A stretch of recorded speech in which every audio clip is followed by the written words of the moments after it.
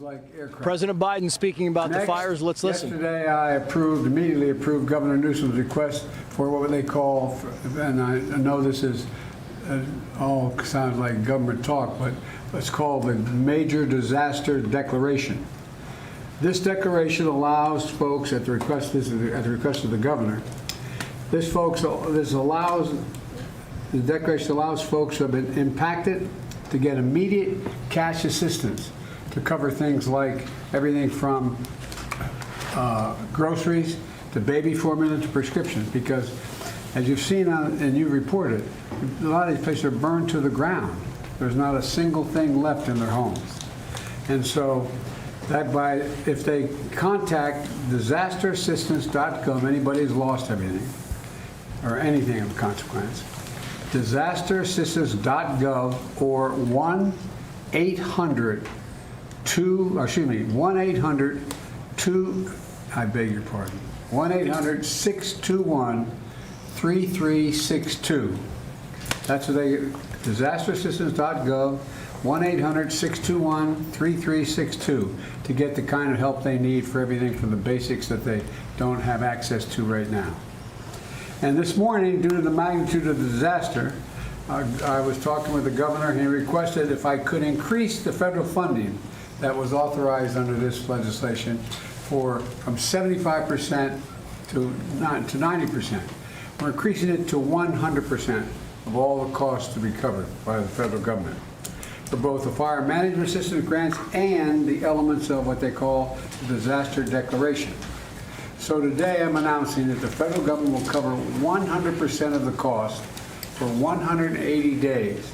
This is going to pay for things like debris and hazard material removal, temporary shelters, first responders' salaries, and all necessary measures to protect life and property. And folks, I want to underscore, I told the governor and local officials, spare no expense to do what they need to do and contain these fires and in their communities that are really been devastating. And we're doing literally everything we can at a federal level. That's also why I call this group of folks around this table of all relevant federal departments and agencies together to discuss what more we can do. And some of the folks around the screen as well. Before we begin things, here's an update on where things stand right now. First, we're focused on helping contain these fires. Over the last 24 hours, the United States Forest Service, working with state and local responders, has suppressed over 50 fire starts. And the fire in the Hollywood Hills has been contained by brave firefighters risking their lives. Right now, 3 major fires are still burning in the Pacific Palisades, in Pasadena, and in Sylmar. I want to be clear. What I know from talking to the governor, that there are concerns out there that there's also been a water shortage. The fact is, the utilities understandably shut off power because they're worried the lines that they carry the energy were going to be blown down and spark additional fires. But the Cal Fire, when they did that, it cut off the ability to generate pumping the water. That's what caused the lack of water in these hydrants. And so Cal Fire is bringing in generators to get these pumps up and working again so that there's no longer a shortage of water coming out of these hydrants. I'm also surging all federal resources possible to Southern California, including 400 additional federal firefighters, over 30 firefighting helicopters and planes, federally supplied, firefighting planes and helicopters, and 8 Department of Defense C-130s that are equipped to suppress wildfires. Today, the Secretary of Defense also authorized 500 wildfire ground clearing personnel from the Defense Department. And I've directed the department to continue working with Governor Newsom to identify additional resources that can be provided for public safety and security. And we've secured additional firefighters and firefighting aircraft from our ally in Canada as well. I also want everyone in Southern California to know we're going to keep at it. We're sticking with this. We expect there may be a temporary break in the winds, but in some areas the winds are likely to continue well into next week. And so we're going to continue to sending everything, literally, every resource we can find that's appropriate to help the governor and the first responders.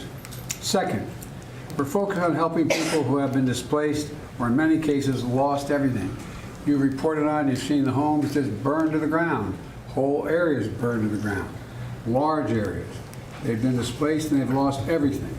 As I said, since the fire started, FEMA has been working with the state to help residents get shelter, groceries, prescriptions, and other critical goods like baby formula. We're also sent FEMA Director Criswell to Los Angeles to manage our response on the ground. She was supposed to be on this call, but we have the deputy here because she is out in the field with the governor right now, surveying what's going on. Let me close with a message to the people of Southern California. We are with you. We're not going anywhere. To the firefighters and first responders, you are heroes. Many of these firefighters are out there risking their lives and some, well, I won't go beyond that, but risking their lives, and while their own homes are in danger, their families are in danger. To the firefighters and first responders, you really are, it's not hyperbole, you're heroes. You're genuinely heroes. And the worst, this is the most widespread, devastating fire in California's history. It's amazing. And there's nobody who understands it better than the press when covering this on a minute-to-minute basis. And you literally have to run into the flames, these firefighters. You know, that old expression, God made man, then he made a few firefighters. Who runs into flames? You know, in doing so, you're leaving your own families and who may be in harm's way as well. So we owe you. And we're going to make sure that you get every resource you need, every possible resource you need. You know, to the families who have been impacted by this disaster, you're living through a nightmare, I know. And I promise you, we're going to help you get through this and eventually recover and rebuild. I'm going to turn it over now to the Vice President before we go on to the folks in the various cabinet positions as well as agencies that control these issues. Madam Vice President, I know you're directly affected, so you fire away. No pun intended. Indeed. Thank you, Mr. President, and also for the work that everyone around this table has been doing with the appropriate sense of urgency, because this is an urgent matter. What we have seen in California, and in particular in Southern California, is apocalyptic in terms of the nature of it and the unprecedented nature of it as well. And what we are seeing is a situation that is extremely dynamic. It is very much in play, and to some degree unpredictable, because we are literally waiting to see which way the wind blows. And I cannot praise enough the local leaders, most of whom I have talked with, and in particular our firefighters, who, as the President has said, they are working around the clock. They are working 12-hour, even longer shifts, and they are doing it with a sense of optimism, but also with an understanding of how serious this moment is and how important their work is to real lives and real people. Thousands of families have been displaced. Many of those families with young children with nowhere to go. And what we know is that this is a matter of current urgency, but this is also something that is going to have an impact for months and years to come.